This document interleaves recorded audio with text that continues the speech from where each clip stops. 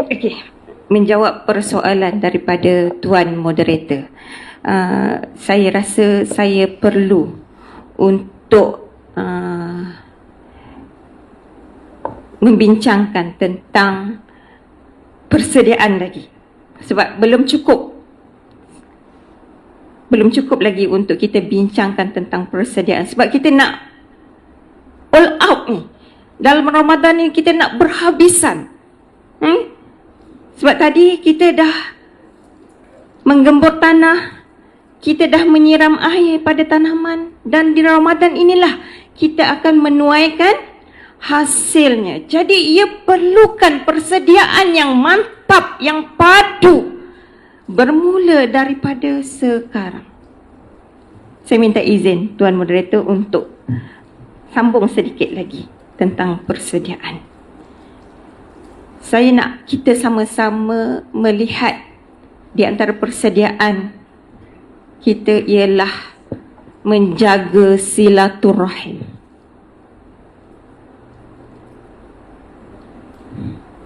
Bulan Syaban insya-Allah dipanjangkan umur, kita akan berada di dalam bulan Syaban, di mana bulan Syaban ini akan diangkat segala amalan perbuatan kita. Ada dua sahaja manusia, ada dua orang sahaja yang doanya tidak akan diangkat dan dosanya tidak akan diampuni oleh Allah Subhanahu wa taala. Siapa dia? Siapa orang ini? Ada dua orang. Macam mana baik pun dia. Macam mana dia menunaikan solat dan sebagainya. Tapi dia tidak akan dipedulikan oleh Allah Subhanahu wa taala. Tidak akan diampunkan segala dosa-dosanya. Siapakah dua manusia ini? Siapa boleh bagi jawapan? Nah, yang pertama siapa dia? Yang pertama adalah orang yang mensyirikkan Allah. Dan yang kedua adalah orang yang memutuskan silaturahim.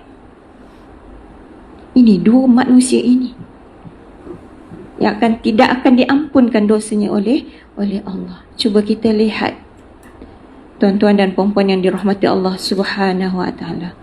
Hari ini berapa ramai orang yang boleh bergaduh dengan adik-beradiknya sendiri, tak payah pandang orang lain.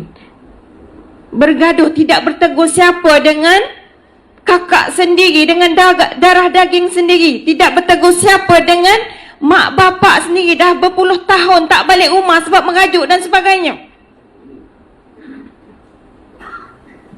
Terasa hati dengan adik-beradik, berebut harta dan sebagainya. Jadi kita tergamak untuk memutuskan silaturahim. Jadi di kesempatan ini, pada bulan ini, mana-mana yang kita pernah untuk tidak bertegur siapa sampai ke saat ini, dengan kakak, dengan abang, dengan adik sendiri, dah bertahun kita tak bertegur siapa, mungkin dengan jiran, kelahi sebab kucing berak kat rumah kita, bergaduh kita, sakit hati dan sebagainya. Bergaduh dengan jiran sebab jiran sebelah tu ada 7 kereta parking berderet depan rumah kita. Bergaduh, tak bertegur siapa. Nak masuk bulan Ramadan ini, jernihkan keadaan itu.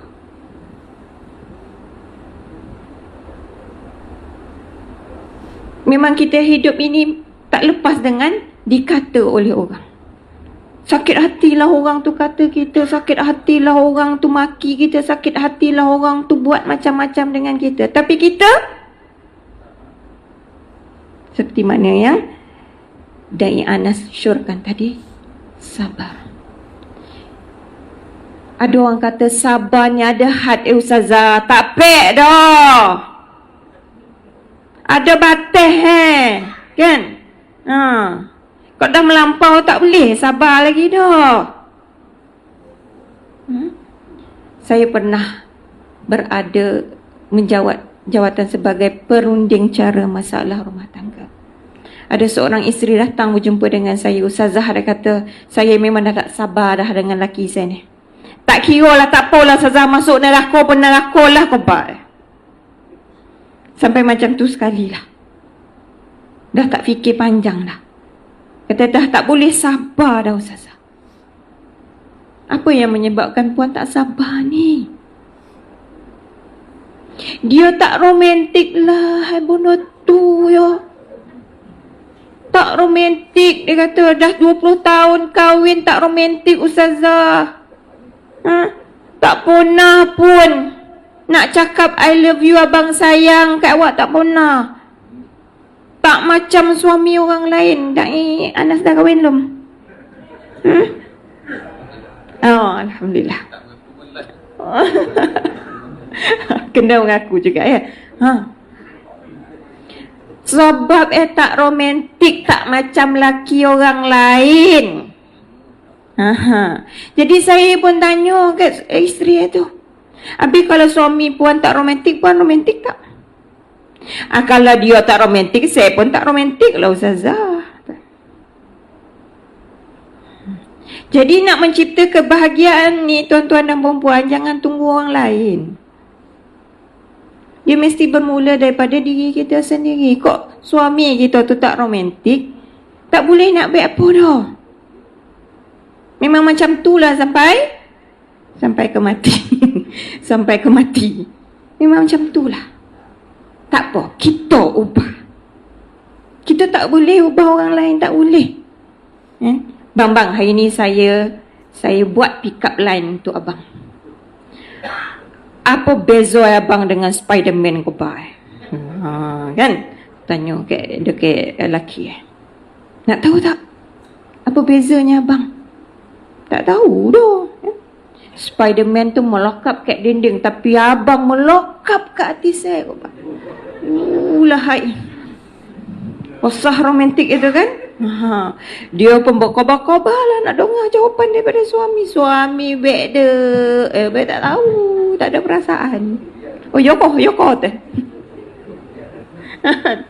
Tak diapik dah. Sakit tak kita bakar dah ibu-ibu. Kan kita dah macam-macam dah kan. Ayat-ayat bunga-bunga kan. Falsafah yang macam Dai Anas keluaran tadi tu dah macam-macam. Tapi tak ada jawapan. Kok ada pun sehari dua ya bu, lepas tu lupa balik. Sakit hati. Macam mana nak bagi tak sakit hati ibu-ibu? Ada tak petua? Kalau kita dah buat, kita buat itu dalam keadaan Masya Allah, kita rasa seronok, kita rasa bahagia, kita rasa tenang, walaupun tidak menerima balasan daripada pasangan kita. Macam mana nak buat tu?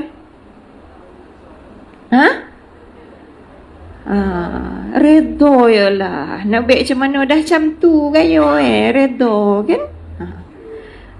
Sabar je lah. Macam mana? Petuanya, kita buat ini adalah kerana Allah. Begitu juga dengan setiap amal ibadat yang kita tunaikan adalah mukhlisina lahuddin, adalah kerana Allah, ikhlas kerana Allah. Bila kita buat tadi tu romantik itu adalah kerana Allah, walaupun tidak ada balasan daripada pasangan kita tu, kita rasa sakit hati tak? Tak, kita takkan rasa sakit hati. Sebab apa? Walaupun kita tahu, walaupun manusia itu tidak boleh memberikan apa-apa balasan, memang tak boleh. Tapi kita tahu Allah itu sentiasa membalas kasih sayang kita. Allah itu sentiasa membalas cinta kita. Tidak pun kita dapat balasan itu di atas muka bumi, insya-Allah Allah tangguhkan balasan ini di akhirat nanti. Pilihlah ibu-ibu, isteri-isteri yang solehah. Pilihlah mana pintu syurga nak masuk. Betul Dai Anas? Kan? menjaga kemaluannya, taat kepada suami, pilih mana pintu syurga nak masuk, pilih, masuk. Jadi nak menggapai kebahagiaan ini mesti bermula daripada diri kita sendiri. InsyaAllah bila kita mula daripada kita sendiri, diri kita sendiri, kita akan rasa tenang untuk melakukan apa sahaja kebaikan. Kita berbalik-balik pada silaturahim tadi. Jadi mana-mana yang kita pernah untuk tidak bertegur siapa, buang ego kita tu, buang perasaan dendam dalam hati kita tu, untuk kita berjumpa dengan dia semula, untuk kita minta maaf walaupun kita rasa kita tak salah. Bukan salah Dan, salah kau. Tak apa, rendahkan ego, minta maaf. Maafkan saya. Habis, selesai. InsyaAllah Allah akan terima keampunan kita. Dosa-dosa kita Allah akan ampunkan. Baik, seterusnya, manfaatkan waktu, ibu-ibu, tuan-tuan dan puan-puan. Manfaatkan waktu yang kita ada. Seperti mana yang Da'i Anas sebut. Saya ni kira mengulang semula Da'i Anas ni. Tapi tak apa, tuan-tuan dan puan-puan. Ilmu ini mesti diulang banyak kali supaya terpahat di hati kita. Kalau sekali dia mungkin, masa ni tengah mengelamun kan? Tonga nak ingat macam-macam. Tapi bila diulang 2-3 kali, insya-Allah dia akan terpahat di sanubari kita. Manfaatkan waktu yang ada sekarang ini. Semua dalam dunia ini menerima waktu 24 jam sama ya. Ada ke? Dekat surau An-Nur dia dapat waktu masa dia 28 jam. Ada? Tak ada. Semua 24 jam sama ya.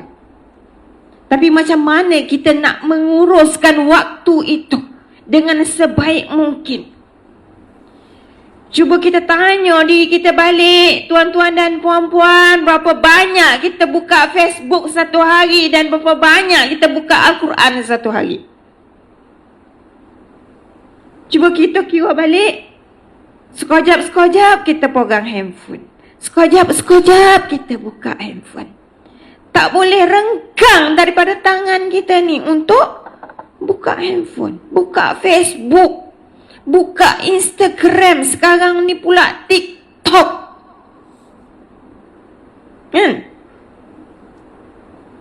Buka Quran. Saya buka Al-Quran. Jangan ingat saya buka handphone ni saya tengok media sosial. Tak.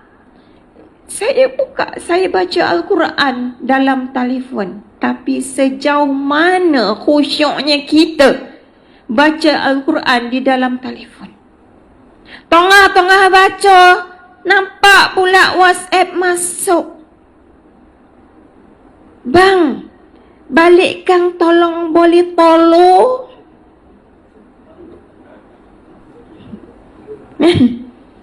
Bang, jangan lupa macam-macam pesanan bertubi-tubi.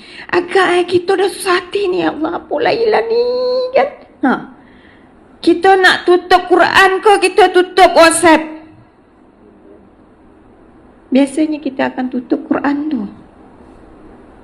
Kita akan jawab dulu kan? Jadi muhasabah baliklah. Saya bercakap ni untuk diri sendiri ni. Sama je. Kojap-kojap pegang handphone, kojap-kojap pegang handphone. Jadi cuba kita didik hati kita. Nak pegang handphone sekarang ni kan, nak pegang handphone, cuba capai Quran. Pegang handphone, cuba alihkan tangan tu, pegang Al-Quran. Pegang Al-Quran pun insya-Allah kita dapat pahala.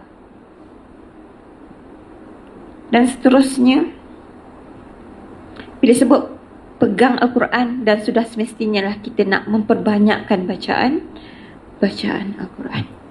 Dalam surah Al-Furqan, Nabi seolah-olah macam mengadu pada Allah. Berkata Rasul, wahai Tuhanku, sesungguhnya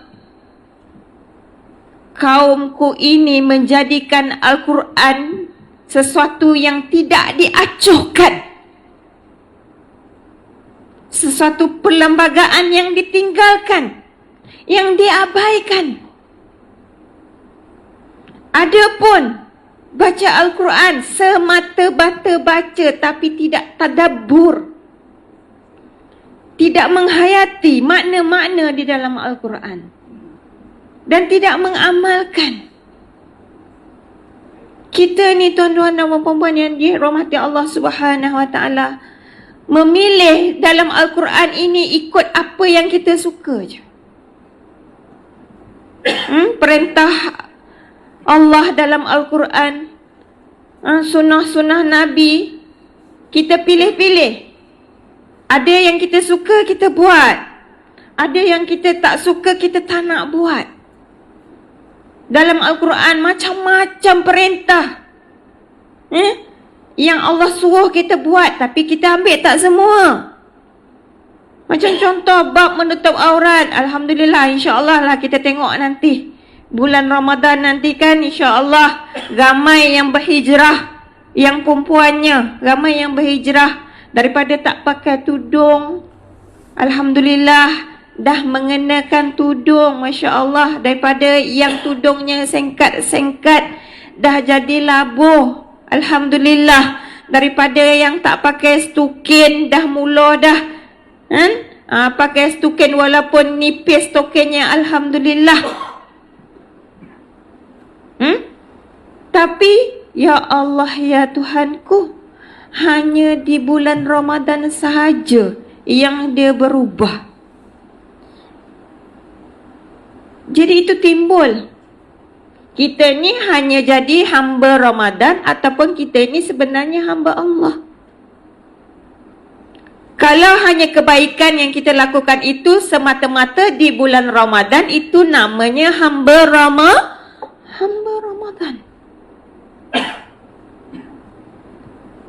Tapi kita ni hamba Allah, maknanya selepas Ramadan, selepas melalui madrasah Ramadan, tarbiyah Ramadan, kita akan istiqamah melakukan kebaikan itu. Kita akan terus menutup aurat dengan sempurna. Ini tidak. Jadi saya katakan kita mengambil ini sebahagiannya saja. Yang sebahagiannya kita tinggalkan. Begitu juga dalam berumah tangga. Ini bukan orang lelaki, bukan suami-suami dekat bandar Seremban Selatan ni dah. Ni dekat Zimbabwe punya suami ni. Dia mengambil sunnah Nabi ni hanya untuk berpoligami saja. Yang lain-lain tak nampak dah.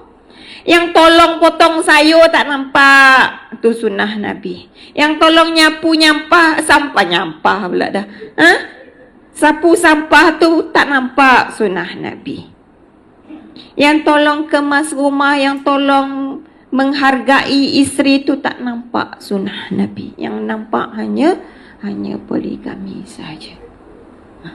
Berubahlah. Sama-samalah kita bermuhasabah. Sesungguhnya dalam surah Az-Zariyat Allah kata, berilah peringatan. Sesungguhnya peringatan itu bermanfaat bagi orang-orang yang beriman. Tengok tuan moderator panjang saya ni, bila lah ustazah ni nak berhenti. Tahu tak apa kan? Saudara diri tak apa. Saya rasakan cukuplah. Setakat itu. InsyaAllah persediaan yang bakal kita lakukan, yang akan kita lakukan demi menghasil, demi untuk kita menuai hasil di bulan Ramadan, dan insya-Allah seterusnya menjadikan kita orang yang la'allakum tattaqun, menjadi orang-orang yang bertakwa hinggalah ke akhir hayat kita. Mohon maaf di atas kata-kata, segala yang baik datang dari Allah, yang lemah pada diri saya sendiri. Sekali lagi saya ucapkan terima kasih kepada pihak surau kerana sudi menjemput saya yang tidak punya apa-apa ini untuk berkongsi bersama dengan tuan-tuan dan puan-puan yang dirahmati Allah. Saya sudahi dengan wabillahi taufiq wal hidayah. Wassalamualaikum warahmatullahi wabarakatuh. Waalaikumsalam warahmatullahi wabarakatuh. Nampak segar balik dah habis. Terima kasih Ustazah. Banyak kupasan-kupasan pengajaran-pengajaran kita ambil. Ini merupakan satu perancangan kita untuk menghadapi Ramadan. Kita nak buat kebun sayur pun Ustaz, kita kena bersih dulu kawasan, tak boleh tanam semua. Demikianlah kita sebelum Ramadan kita bersihkan dulu, betul kena tentukan hala tuju kita, min aina ila aina, nak ke mana tuju kita. InsyaAllah mudah-mudahan dengan dua benda yang kita bawa malam ni dapat mempertingkatkan kesedaran kita, ketakwaan kita, takarub kita dengan Allah Subhanahu Wa Taala. Mudah-mudahan apa kita laksanakan ini menjadikan satu pengibadatan kita di sisi Allah Subhanahu Wa Taala. InsyaAllah di lain masa waktu kita undang lagi Ustazah dan Ustaz, jangan serik ya, walaupun tengah malam sikit. Biasalah besok hari Minggu. Pagi besok apa ada kuliah kita lagi? Ada lagi kita sambung lagi.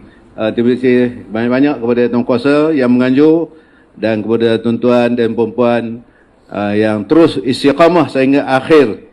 Walaupun perancangan saya dengan Naim tadi terbisik, dia nak turun 11.30. Tapi saya tergolak Ustaz. Jadi, kalau tidak saya bercabut dulu. Jadi yang baik ni semua dari Allah Ta'ala, yang tak baik ni mungkin kelemahan saya sendirilah untuk mengadakan majlis ini. Mudah-mudahan kita bertemu dalam forum berkah datang. Sekian. Assalamualaikum warahmatullahi wabarakatuh.